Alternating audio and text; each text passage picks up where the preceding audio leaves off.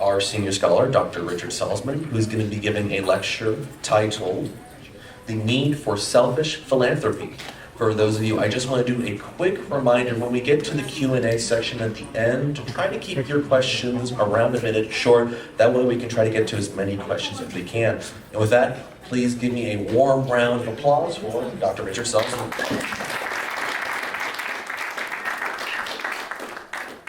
I don't think that was warm enough. We need a temperature gauge of, I think it was a little too cool. Welcome all cool people. God, it's hot up here. No, my first thing I expected was mostly donors attending this because it's about philanthropy. But since I do see some youngins who can't possibly be wealthy enough to give us too much money are here as well, this will work. This should work. Okay, this is what I'm going to do. This might be a little too casual at times and actually a little too formal at times because I'm going to read from some text. But the origin of this might interest you. Well, first thing is, I'm not sure, other than Jag has probably given talks on this, but I'm not sure at any objectivist conference there's been a formal presentation of philanthropy. What is it? Why should we care about it? What are the the biases surrounding it? It sounds like an altruistic thing to do. Give away your wealth. And so it doesn't seem to come high up on the objectivist list of things to discuss. But if you know Ayn Rand's work, one of the last things she ever did publicly in New Orleans was to give a talk called The Sanction of the Victims, which is actually taken from a heading in Atlas Shrugged. And she was addressing, if you know, you can get this online actually, it's wonderful. Business people, investment people, wealthy people, donors and givers, mostly free market oriented. It was a gold and silver conference or something. But among many things she did there was in the tail end of it, discussed philanthropy. And in the beginning she was discussing capitalism, the role of the businessmen, how important they are, and why wouldn't people support business? Why wouldn't business be, proud of what they do? But the tail end of it was very interesting because she said a whole research project could be done on this to investigate how many millions and billions are spent by wealthy people who benefited from capitalism at institutions like their alma maters who hate capitalism. Now there's the sanction of the victim, writ large. So, but and she said someone should do. She was putting out a research request, and if I don't have time. Yeah, she died like 6 months later. I don't have time to investigate something like that, but it must be a huge thing and a big problem. It turns out, she didn't live to see this, but it turns out, and I'll mention other groups, the Capital Research Center in this city started about 3 years later doing just that.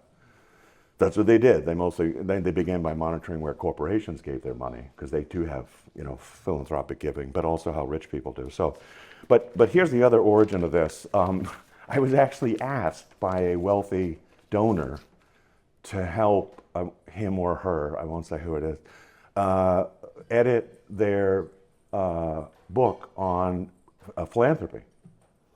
Now this person is an objectivist, but the person was also interested in the relationship between happiness and philanthropy. So anyway, out of that research, and I would write whole sections and whole chapters, and I didn't know what would get into the final product or not, but I found myself fascinated with the topic. I'm an economist, and I teach profit motive and self-interest and stuff like that. So I don't really spend much time on philanthropy, although I knew it shouldn't be altruistic. It just wasn't my focus. But this project really interested me and got me thinking about integrating objectivist principles and values with this field, which is very important.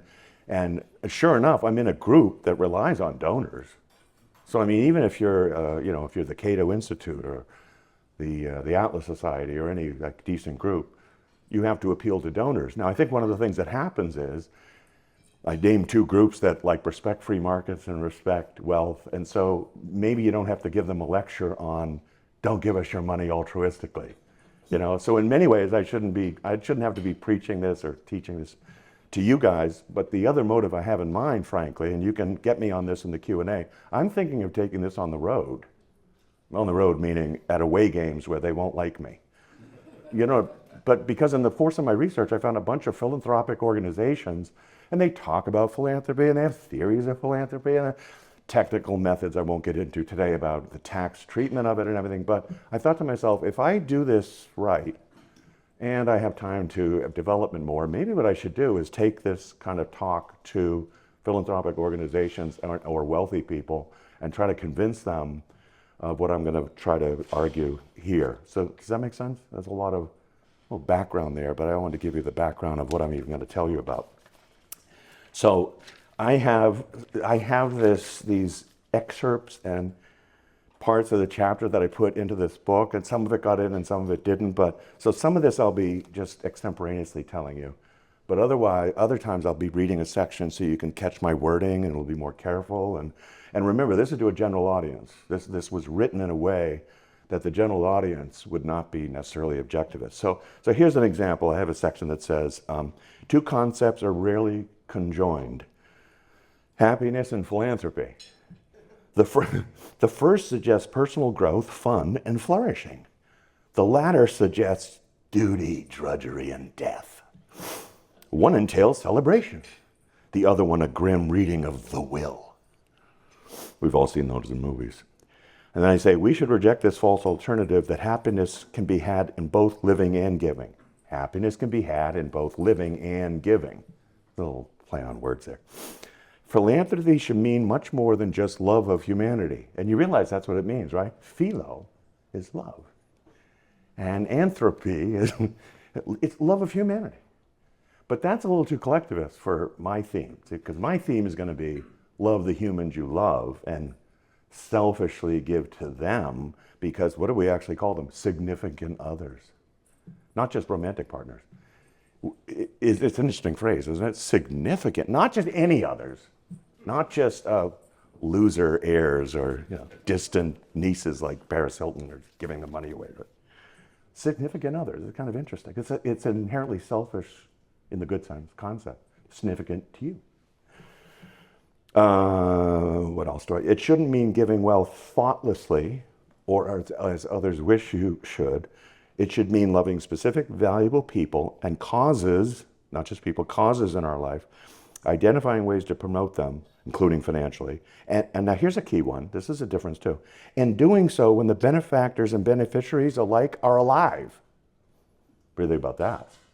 In other words, not all my wealth is going to go to someone after I'm in the grave. Well, the selfish argument would be, you're not going to enjoy that. Even as you go to your grave, you might think, I wonder who's going to co-opt my will and ruin my intentions. That happens all the time. Just look up the Ford Foundation or the Carnegie Foundation. So now this is somewhat of a technical issue, but what if the tax laws and the estate laws allowed for you to give your wealth away while you're alive? So you can actually see real time, and you're getting happiness from it, and they are. But again, you see what I mean? It's not one of these things where you do when you're dead. So a very materialistic, single life philosophy would care about that. Would not appeal to any feelings you're going to get in the grave, which would be none. All right, what else? Just another couple sections here. If you believe, I'm skipping down here a little bit, if you believe, as do many people conventionally, this is the money and happiness part, money can't buy happiness. Maybe you're just not spending it in the right place. Perhaps you're not being selfish enough in your purchasing and investing and gift giving.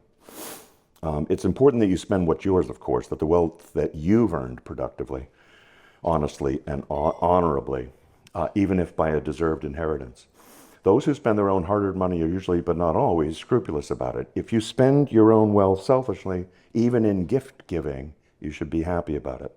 See, now, as you're listening to me, try to imagine me speaking to a general audience. I'm not sure this would actually be convincing enough yet. See, I assume they're not objectivists. I don't want to lose them in that way. Oh, here's another section. Likewise, many publications lately have advised the wealthy about how best to be philanthropic. These are some of the publications maybe I should publish this in. But few of them actually consider how best to enhance the mutual happiness of givers and receivers. And I'm going to say something about something called the effective altruism movement in a moment, but that's a whole different distortion. We've been taught a selfless view of philanthropy. From the time we hear as kids that we must share in the sandbox, to the time that we're implored as alumni to endow our alma mater for the nostalgic more than for rational reasons, people definitely do that. Oh, my sweet Alabama, my alma mater. Here's a check. You have no idea what they're doing with the check. We're more aware recently, have you noticed? Last couple of years, wealthy businessmen, to their great credit, Leon Cooperman, Bill Ackman, there's a whole bunch of them, defunding their alma maters. Either because they're anti-Semitic or because they're teaching woke. This is unheard of. I mean, this is really kind of what Ayn Rand suggested in their 1981 speech. You know, could you please be alert to what's happening? Do not give mindlessly, emotionally, nostalgically to your alma maters, let alone other recipients, and not be aware of what you're doing. See, I would go a step further and say, don't just defund your enemies, refund and upfund your friends. They haven't gotten to that point yet. I think, in fact, many of them are just suspending for the moment their checks, you know, that they send every year to UPenn or Yale or something like that. But it's a start at least. Let's at least applaud the fact that they're, hey, I'm not going to give $3 million to Columbia again, seeing what I see on TV. It's the beginning, right? And by the way, these capitalists financially are not necessarily capitalists ideologically. And they're still bothered and worried about the money they spend at their alma mater. Now here's another one. If we become very successful financially, we're all admonished, the wealthy, give back to the community. You know that phrase? Isn't that funny?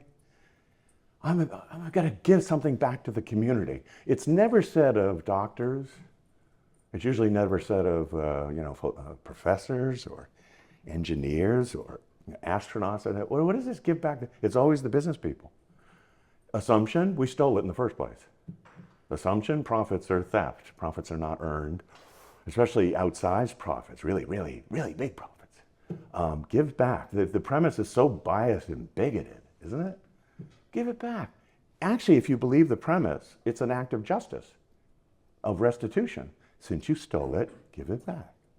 And by the way, you'll feel better because you'll be relieved of the guilt, right? First, we instill the guilt in you, and then we'll relieve you of that guilt by telling you to give it back. By the way, does everyone know that there's older people know the career of Bill Gates, like what he did and what he started? Show of hands, you know who he is? So okay, 3/4 of you. Well, here's the interesting thing about his career. When he was building Microsoft, he was hated. He was a devil. He was a robber baron. They trust busted him. I mean, it got to the point where it was so ugly working there, he quit. He basically quit early. I'm done with this. I forget what year it was, 2006 or so. Now, what did he do after that? He put together the Gates Foundation, and he started giving money away, and on stupid things like mosquito nets, and now he's got his finger in it. He's a saint. He's pretty much a saint, right? You never hear a bad word about Bill Gates. What happened? He stopped producing wealth and competing in software now, and he's the devil. But the minute he stops and starts giving it away, he's moral. See the twisted? It's a very twisted, and you can tell that he gives it away. You can kind of tell. I don't want to second guess his giving. Kind of gives it away to things that have nothing to do with technology. I remember one time when he was still there, I think, and he was getting this pressure. He came up with some program where he said, "We will give Microsoft products to public schools, gratis, for nothing." And he's thinking, I'm being philanthropic. They'll love me for this. What do you think they did? What do you think they said, the critics? Right. What would you guess if you? Trying to get the kids addicted to the stuff. Yeah, you think perfectly like an altruist critic, not to offend you. That's exactly what they said. They said, this is actually a nefarious, selfish motive. He's trying to get the kids addicted to the products. It may be free now. You see this? This is how twisted, this is how dastardly the critiques are. And then they'll buy his stuff later. Now, if Bill Gates had said, yes, that's exactly what I'm doing, because he wouldn't. But see, a proud approach would be, well, it's not addiction. They're getting used to the product. Then they love it. I'm not forcing them to buy it afterwards. Anyway, you get the sense of this is how the standards are applied. Am I making wealth or giving it away, and why? I only have 15 more minutes, okay. Another excerpt. I'm sorry these are like excerpts, but I wasn't quite sure how to present this today, but the idea of these passages from a potential book might help. One example of the claim that philanthropy is ideally selfless considered the widely accepted notion that wealthy donors should be anonymous. Did you ever hear that one? Frank Sinatra was described this way. There was a dinner I remember they had before he died, and Gregory Peck was standing up, other people were standing up, and he was definitely a philanthropist. Sinatra gave a lot of money away. But what was interesting about Sinatra is he never told anyone. He literally never, and so there were stories they would tell of a check showed up, I was unemployed, Frank wrote me a check for $6,000 or $60,000, or a wing of a hospital all of a sudden got this check from, but part of the philosophy here is if you take credit for it, that's selfish, right? Or Donald Trump builds a building. What are you putting your name on the building for? I'll never forget in the 80s, he was being interviewed once, a big builder, and he was known for putting Trump all over the Trump all over the thing. And someone said, "Why do you put your name on it?" And he said, "Because I built them." You didn't build them. That's a good answer, actually. Because I built them. And the addendum might have been, and I'm not guilty saying that. Andrew Carnegie and other productive giants in the 19th century were routinely vilified, as you know, as robber barons. There's the idea that you stole it, right? Please give it back. But heralded as angels once they gave their wealth away in retirement, only if they gave it to non-heirs, by the way. See, if you give it to your heirs, whether they deserve it or not, even that's considered selfish, right? So don't give to your heirs. That's what the estate tax is. The estate tax is punitive. It only started in like 1916 or so. Prior to that, you could pass your wealth on to your kids untaxed. And then they put in the estate tax. Carnegie himself accepted the unearned guilt in 1889, it's a long time ago, when he penned the book Gospel of Wealth. Have you ever heard of this? Gospel of Wealth? Think of the two words. Gospel, sounds a bit religious. Wealth, sounds a bit capitalist and materialist. And his argument was exactly that. You're really not worth something, and this is Andrew Carnegie speaking, unless you give it away. Now, we wonderfully have Carnegie libraries and Carnegie Hall and a whole bunch of Carnegie things. So it's not like he wasted the money. But later, the Carnegie Foundation was taken over by anti-capitalists, and they fund all sorts of anti-capitalist, anti-steal things. But I'm saying this only from the standpoint, we do have to also deal with the paradox of the business people themselves, or the wealthy people themselves will feel guilty. And they'll pen things like the Gospel of Wealth. Let me tell you how guilty I feel about this and what I'm going to do about it. And there's, I think it's, Jag, is it called the Billionaires Pledge? Warren Buffett and Gates and a group of them. I think there's 52 signatories now. Is anybody? It's called the Giving Pledge? Half away or more than that? Yeah, someone, if you go on the internet and say, whatever it's called, pledge, they're, billionaires are like recruiting each other to sign a pledge that they will give their wealth away altruistically. So there's a sign-up sheet, and there's a commitment letter, and it's tragic. First of all, it's billions of dollars, and that standard is in there. Don't give it to things that are selfish. So it could be environmentalism, or it could be a BLM, or it could be, it's just awful. And now I have 12 minutes.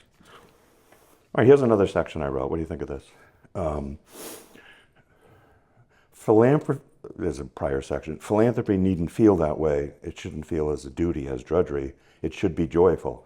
Otherwise, donors waste their well-earned wealth, along with their valuable time and finite energy. To fail to donate thoughtfully, judiciously, and happily is to be unjust to your life's top values and work. It means you accept unearned guilt. Giving selflessly by donating dutifully, mindlessly, whimsically, or nostalgically doesn't promote your values, and worse, tragically, it can feed wholly opposite forces that are hostile to them. Another passage. It's possible practically and imperative morally that donors and recipients alike plan and act selfishly, that they do so based solely on their rational interests. This is not going to be new to you, but it might to an audience in the future. After all, that's how benefactors earn their wealth and how beneficiaries can receive it as a gift. So see, now here I'm making the case for the actual creation of wealth itself is a benevolent and humane and humanistic thing to do. It's not an altruistic thing to do. Donors should treat their wealth with the respect that it and its creators deserves by bequeathing it similarly. Never give your wealth selflessly, meaning randomly, improperly, immorally. Be a philanthropist proudly and guiltlessly, otherwise you shame and disparage it and yourself. Likewise, would-be recipients, this is a mutual thing here. The recipients can't be ingrates. You know what an ingrate is? No gratitude toward the... I'm actually making the case for, okay, here's, I'm advising donors to give to the right people, but the recipients have to be of a certain type as well. They can't be ingrate. They can't say, since I'm your daughter, of course I'm owed this wealth. I don't owe you any gratitude. Except the rational approach would be, from both sides, I don't necessarily deserve this just because I was born into the family. Maybe some people should be written out of the will. That actually does happen, but it's often for silly, petty, resentful reasons. Another section, the selfish donor should be a philanthropist in the true sense of the term, philo, love, and anthropo, man, love of man. Promptly, it's not a vague love, now this is key too, it's not a vague love of mankind in the abstract. That wouldn't be self-interested, but a love of specific persons and causes the donor knows by experience to exemplify the best of man and his achievements. By the way, I say actually or potentially. So yes, give your money to kids that you think have potential, haven't fully proved it yet. That's a key thing, but that requires judgment. Same thing with a group. Some group starts off, they don't have a big track record, but there's promise, there's potential there, you know, worth, just as they would seed in a venture capital thing, a startup business, they were startup ventures. So TAS was a startup at one point, 1991. Someone had to donate, and they had no track record. How do you gain trust? How do you convince people that they should give you money? All right, bear with me a little bit more. I've got a couple more passages. Oh, okay, the family. Here's the thing on family. Many of us have seen firsthand or from afar the tragedies that can occur in these two fields, happiness and giving, due mainly to the myth that happiness and philanthropy must entail selfless service and blind giving to others, whether to less than significant others, to strangers, or even to one's detractors. We've all seen or heard of family fortunes wasted on worthless heirs, or of once great businesses being dissipated after being transferred routinely and indifferently to the less able or less willing children. That's a mouthful, but you may have experienced that before. I really like my kids. I've built this business. I'm about to die. Let me I hope my kids can run my business. And then they do. They run it into the ground. It's so painful, so wrong. Some of it is judgment about whether they'll do well or not. In the traditional manner, we also know of productive giants like John D. Rockefeller in oil, Andrew Carnegie in steel, Henry Ford in cars, who donated their fortunes posthumously to blood heirs, foundations and universities, and although they were self-made millionaires, they were also the products of a freer, more capitalist system than we have today. So they might have actually naively thought, I'm just going to set up the Carnegie Foundation. Of course they'll be pro-capitalist, because I'm living in a capitalist age, right? Can you do that now? Safely, confidently? No. Not unless you really structure the language of that. Some, by the way, there's a philanthropist, I can't think of his name, who knowing this wrote that this thing sunsets. He assumed it would be corrupted, 10, 15 years after he died. So the thing just ended. The assets were dissipated, I forget how, but he thought it would be hijacked and couldn't do anything about it, so he just put a sunset provision in there. Not many years after the donors' deaths, the Rockefeller Foundation, the Carnegie Foundation, and the Ford Foundation were co-opted by anti-capitalists, the funds typically deployed in defiance of original mission statements. All right, further down, let me give you this thing on effective altruism, and then I'll finish with Ayn Rand's view and the good news that has occurred since she gave that talk in 1981. Here's a section. One of the more bizarre trends in philanthropy in recent decades has been the movement called effective altruism. Now, altruism philosophically means you should sacrifice yourself for the benefit of others, but not just others. The others can't be of selfish personal value to you. So if you have like significant others, then friends, then acquaintances, and then total strangers, right? So the further away it is from you. No, the argument here is you should sacrifice yourself to someone who doesn't mean anything to you. That's really nasty. It's really vicious. That's really nasty. Okay, but here's what effective altruism is. To be clear, altruism per se is not the seemingly harmless principle of acting kindly towards others. Self-interested people can do that. Altruism is a strict moral code of Auguste Comte, who actually coined the word altruism, which means otherism, that true virtue lies in spending most of your time, energy, and wealth in selfless service to others, especially non-significant others. The effective altruism movement, effective altruism now. So this is like, how can you really be good at sacrificing? Not like kind of inefficient and lazy about it. I'm going to teach you how to really sacrifice. So here's an example. The EA movement says, it's not enough to live an ascetic life. Perhaps as a nurse in Calcutta, who do I mean? Mother Teresa. And then help the needy. That's not acceptable. Effective altruism says that you must commit to making lots of money in maybe a career and a job you really don't like, and then give your fortune away. What do you think of that? I mean, I have students who read Effective Altruism. I give it to them. I say, what do you think of this? It's wonderful. It's amazing. It's better than Mother Teresa. And I say, okay, how old? You are 18, 19 years old. You're at Duke University. You have the world before you. And you're really going to take a job on, I don't know, Wall Street and work here and make, just to give it away? And the argument is, by the way, not to 10%. No, they get 80% of it, give it away. Voluntarily even. Yeah, that makes sense. Maybe I'll do that. That is, I think that's worse than actual altruism, because it's saying, be a slave. You know what I mean? Don't laze away in the field. Work here, really work hard, like a draft horse or something like that. The EE movement says it's not enough to live an ascetic life. I'll just leave it at that. All right, let me finish with Ayn Rand.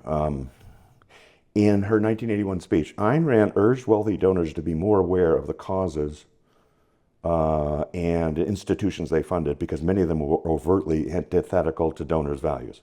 Such selfless, self-destructive behavior is akin to a businessman funding not merely his fiercest competitors, but vandals who torch his factories. That's my words, not Ayn's. But per Ayn Rand, here's from the speech. She says, millions of dollars are being donated to universities by big business enterprises every year. Yet donors have no idea what their money is being spent on or on whom it is supporting. What is certain is only the fact that some of the worst anti-business, anti-capitalist propaganda has been financed by businessmen in such projects.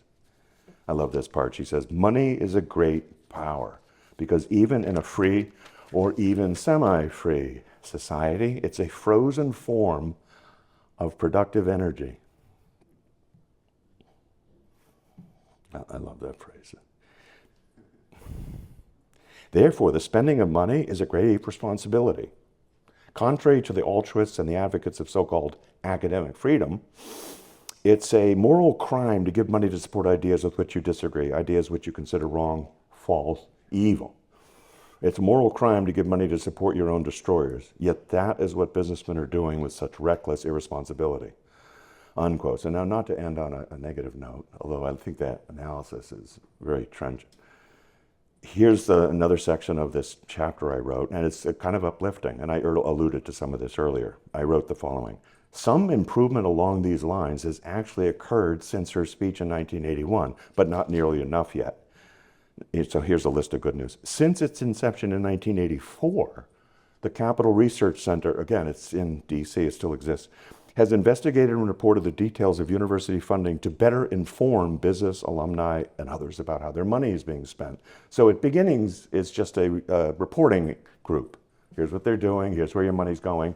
Not yet advocacy, right? But still, that hadn't been done yet, certainly when Ayn Rand spoke. So, okay, here's another one. Since 2002, Charity Navigator, you can look these up, has offered a searchable online database using metrics from tax filings to rate and rank thousands of charities by their missions and donation spending and effectiveness. Okay, here's another one, 1991. See how they're coming in? They're coming in right after she spoke. I think she might have influenced some of this.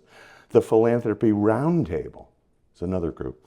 Founded in 1991, unapologetically argues that private charitable giving is essential to a free and flourishing society. So now, notice, now we're moving toward, okay, not just documenting where the money's going, but now let's make sure it goes to foundations and places that are for liberty.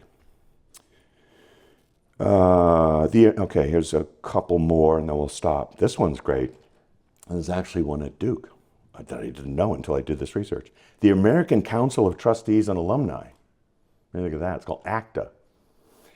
That group was started in 1997, has long opposed, some of this I'm getting just from their websites, have long opposed woke campus culture while promoting high academic standards, academic freedom, and accountability. It informs and guides alumni giving, and through its affiliate, the Fund for American Renewal, helps donors to endowments target their gifts and monitor their subsequent use.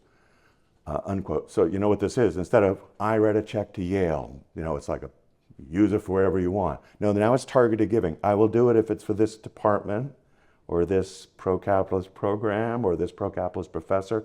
See, and sometimes the universities will say, no, you're not going to tell us who to hire, you're not going to tell us who to teach, academic freedom. But some of them, especially sucking wind and not having enough money, will take such checks or giving that's restricted, if you know what I mean. And then the last one I'll mention, Donors Trust is another great group. Donors Trust, established in 1999, is a donor-advised fund that safeguards the intent of pro-liberty donors, ensuring that their contributions are spent on the causes they value, unquote. So let me just close with something I mentioned earlier. So those are excerpts from the passages and stuff, and I have more work to do on this because I've started it. But let me end with this. I do like the trend since she gave that speech in '81 of first documenting what's going on, because she said, nobody knows how much, so now we do know how much. So that was necessary. And then the next step was, where's this money going? And why? Oh, okay, so the universities are corrupt, we're documenting that. But now, the next step was and has been, I'm a pro-liberty donor. I'm not gonna just send my money anywhere. And now there are groups helping you figure out where to send it. And then the last thing I'll say is, I think I hinted at this earlier, it is an important thing to stop funding and defunding your destroyers, but they're really going to have to make this next step, because they still have the money. You're going to have to get this next step of convincing them to reallocate their resources, so to speak, to causes that are truly pro-liberty and pro-capitalism. That is going to take not only an argument for where the money should go next, not just suspending payments to the alma mater, but also convincing them to be pro-capitalist. So this is a project that amounts to turning capitalists into capitalists. What does that mean? Turning financial capitalists, like financiers and wealthy people who are not yet pro-capitalist ideologically. See the challenge there? There are many businessmen like Warren Buffett and George Soros. So they're billionaires and they hate capitalism. But imagine what will happen in this world when millionaires, as Bernie Sanders would say, millionaires and billionaires are pro-capitalist. It would be amazing. We already have the beginnings of wealthy objectivist businessmen who are doing this, but there'll be more in the future, I'm hoping. All right, I'm going to stop there. I'm a little bit over. Sorry, Lawrence. All right, questions and comments? You want to do that now? Okay. I hope that wasn't too disjointed. A little disjointed. Oh, we need a live one. Okay. A live mic.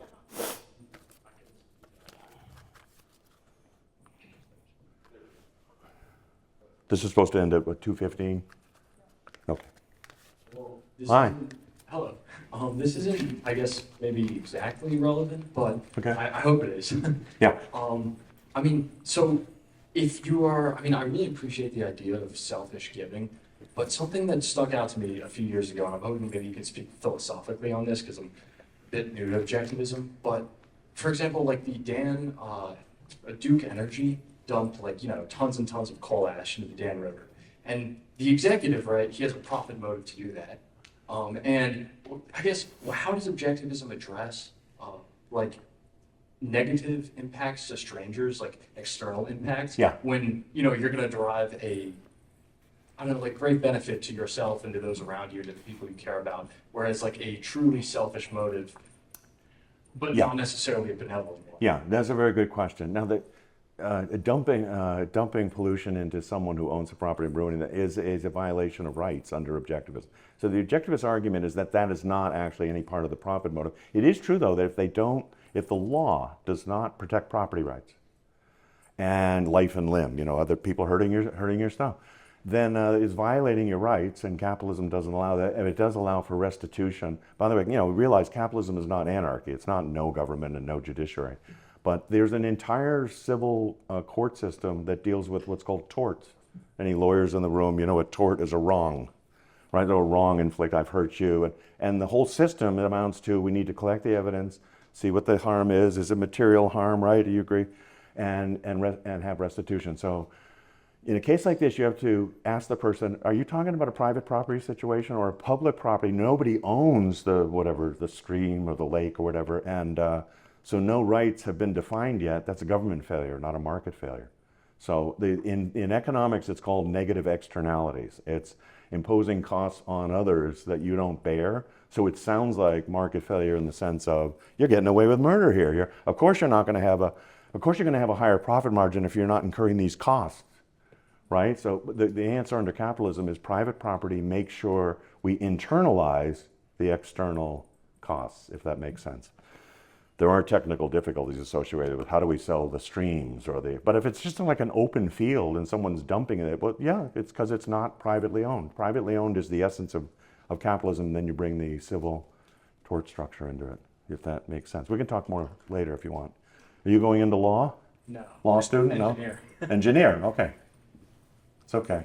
Good question. Hey, thanks so much for talking. Yeah. And next week, we talked a little about heirs inheriting. Yeah. I think what Atlas Shrugged, quite a few of the heroes and villains are second, third generation kind of. Good point, yeah. The railroad, Yes. Dagny, but Dagny and her brother, Yes. Francisco, I'm sure there are others I'm not thinking of. Right. I just wonder how that plays into what you're thinking about. I hadn't thought of, because the audience for this wasn't objectivism, but within objectivism, this is a good thing to discuss. Yeah, I on the surface, if I recall, don't commit me to this, but in those cases where it worked out well, it's because the money went to someone who was not a worthless heir. So, it was Dagny, not Jim. It was, I don't think Hank Reardon had, remember he had a brother, Philip, or something. There are cases where you might have even done it purposely this way, that there was a brother and sister, and they both got the wealth, and one of them was a wastrel and one of them wasn't. So I think this is Ayn Rand telling us part of property right, and this is definitely true, part of property rights is bequeathing. I often teach property rights to students, and I'll say, what are the nature of property rights? They don't really know. And I'll say, the right to earn it, consume it, invest it, save it, destroy it, you could just, and bequeath it. So the last one is bequeath it, gift it. And it's interesting that the last one is the least defended. In property law and in property rights arguments in economics and politics, they'll always say you have a right to work. There shouldn't be licensing laws preventing you from actually getting wealth, right? But it's interesting, the more you accumulate, as it gets to the end, you lose more and more rights. There's an 80% estate tax rate. It's very interesting, isn't it? We'll let you make the wealth, but by the time it gets to this process of investing it, investors are heavily taxed and regulated, right? Because they've accumulated too much, according to this. But that's a really good question. Yes, I'd have to work with a literature specialist in Ayn to work on that one. How the heirs are handled in Atlas Shrugged and elsewhere. Others? Yes, go ahead. Can I actually, before you go, can I suggest another one in Atlas that I'm working on, but I'm not quite sure what to do with this, but you may have not heard this before, but this came up somewhat tangentially. This is also interesting in Atlas. She has heroes and villains in the book, but the heroes and villains among business enterprises is interesting, because all the ones with names on them are good. Reardon Metal, Dagny, Taggart, Hammond Automobiles. Who was the coal guy? Francesca? No, coal, Danaher.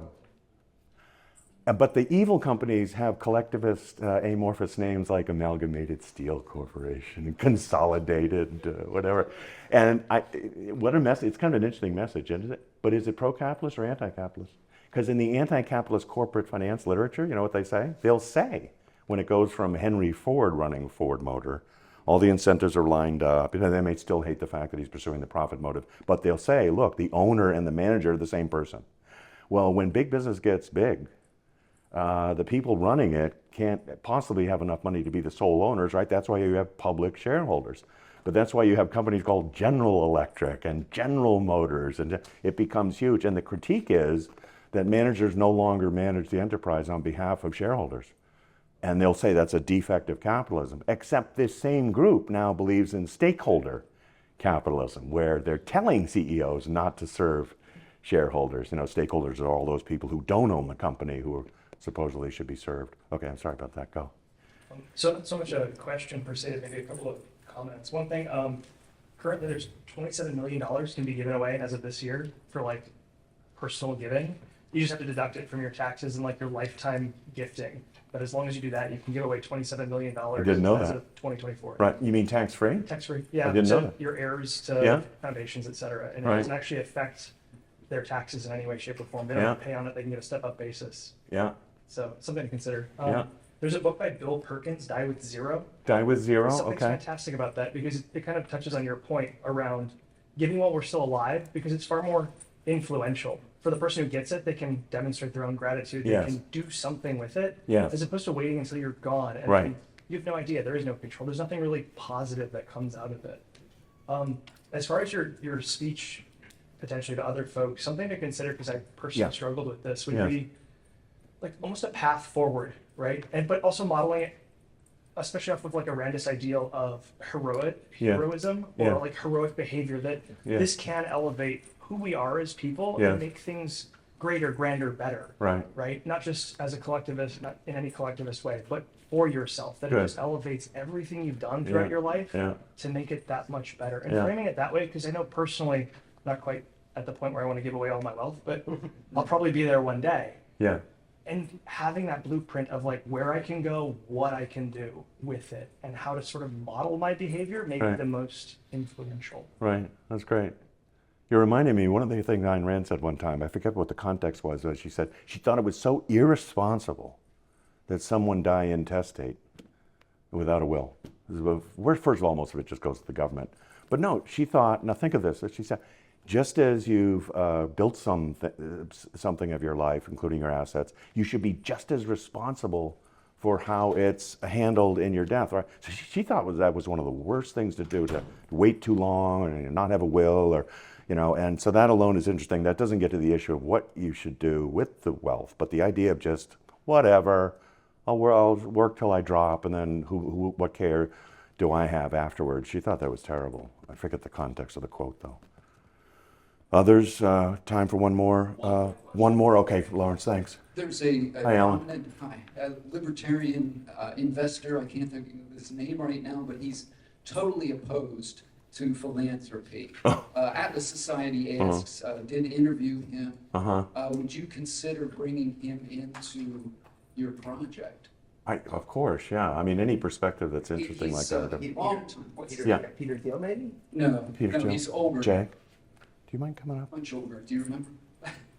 I forget who he is. We'll figure out who it is. We interviewed him, you're saying? And, Yes. yeah, that perspective I had not heard before. The reason I wanted to, we might have just a few minutes here. The reason I wanted to have Jag up here, first of all, I want to thank her. I always do, but I want to do it publicly. She recruited me about 5 years ago, and it was the best thing I ever did to come over here and work with you guys. They've been so good to me and other benevolent, hardworking objectivists. I know your staff is great. But I also, do you want to say something about philanthropy? You must have many thoughts about philanthropy and donors, and I don't want to put you on the spot. This is not rehearsed. I have no idea what you'll say. But what No idea? what a little idea. What do you think? I would just reinforce in terms of the selfish nature of philanthropy. Every year when we've had young people at our gala, right, and who were there on a sponsorship, I urge them to take their first step as a philanthropist. I'm not sure I've gotten many takers, but you know, even whether it's $5, right, or $10 or whatever, you know, $50. I think there's something about the way that you see yourself. I mean, certainly we talked about UBI, Universal Basic Income, something that we're against. There was a recent study that came out about it and showed that when they had actually a very long study with UBI, that people became less productive and that they became more demoralized, particularly the men, right? So that If we were to subsidize being unproductive, it's not just in terms of what the material effects would be, but what the effects on self-esteem and the psychological effects would be. So that's why, I think I appreciated what this gentleman who mentioned Bill Perkins' book that said, that he's not at the place yet where he's able to give away a significant portion of his income or excess income, right? He's still probably investing and getting trained for the things that he wants to do. But he's clearly thinking about it. He's clearly planning about it. And it's clearly part of his program. And so I guess I would just say to the young people to start thinking about, like, when you write your first check, even if it's for $10 to an organization, there's a slight change that happens in your psychology. It's the same kind of change that happens when you earn your first check, right? Maybe you just had a paper route, maybe you had a lemonade stand, but there's a sense of being somebody with efficacy, somebody with agency, somebody who gets things done. And getting things done is not just, what you do to get money. Sometimes getting things done is what you give money to do, right? Because a lot of people say, wow, Atlas Shrugged changed my life, and it's so, important. I wish lots of young people I have a stack in my library, in my office, I give them out. We can scale that for you, right? So, you outsource the things that you want to be done. So I just encourage all of you to think about, at some point, becoming a philanthropist, because it will give you a sense of greater agency. And again, that philanthropy can start really small, but it's not just the financial act, but it's also the psychological, habit of getting in the habit of that. And I hadn't heard you use the word outsource. I'm thinking, as an economist, I think division of labor. Okay, I love these values. I have this money, but I'm running my business. Guess what? They specialize. TAS specializes in advocating for you, promoting the ideas, right? So some of it is just, you'd hire a tax guy, right, because he knows taxes better, an accounting guy or gal, but she knows taxes better. Well, if you're like, I really want to support Ayn Rand's philosophy, but I don't know what to do. Should I write letters to the editor? Should I call my congressman? No, there's these groups with this concentrated expertise. They'll do it. That's what you mean by outsourcing, right? Yeah. Outsource it to us. And the only last thing I'd say is, when I was recruited to run the Atlas Society like 8 years ago, a lot of the things I had already done. I had done the writing, I had done the managing people, I had done the marketing, I had done the video production, blah, blah, blah. I hadn't done one thing, and that was fundraising. And that what had to be, that was a big kind of learning curve for me, because when you're running a nonprofit, big part of your job is development, is fundraising. I think the other thing is that the fact that used to be fundraising, now it's called development. Then it's like advanced, because it's like people don't feel. It's not just that people feel, bad about selfishly giving, but people feel bad about selfishly asking, right? And rather than saying, hey, you have a need. You want to see more objectivists in the world. You want to see more people. I have a way. I can service that need. I can do it, very efficiently, with a big ROI. That's what I always tell our donors. I said, we will promise you a superior return on your investment, and we will show it to you, and we will give you the metrics for it. So, but one of the things I've learned in these 8 years of fundraising, because it is a very big part of my job, and it was such an important lesson, I wish I had learned it much, much earlier on, is that there are givers and there are not givers. There are people who, so finding not kind of trying to squeeze water from a rock of a non-giver, finding those people who are givers. But of course, part of that is a choice.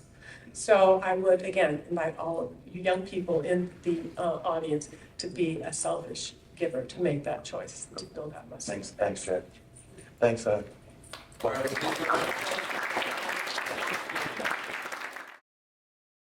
Hey, thanks for watching. Don't forget to subscribe, comment, and like below. And if you really want to help the Atlas Society's mission, then go to atlassociety.org to donate or donate right here on the YouTube platform.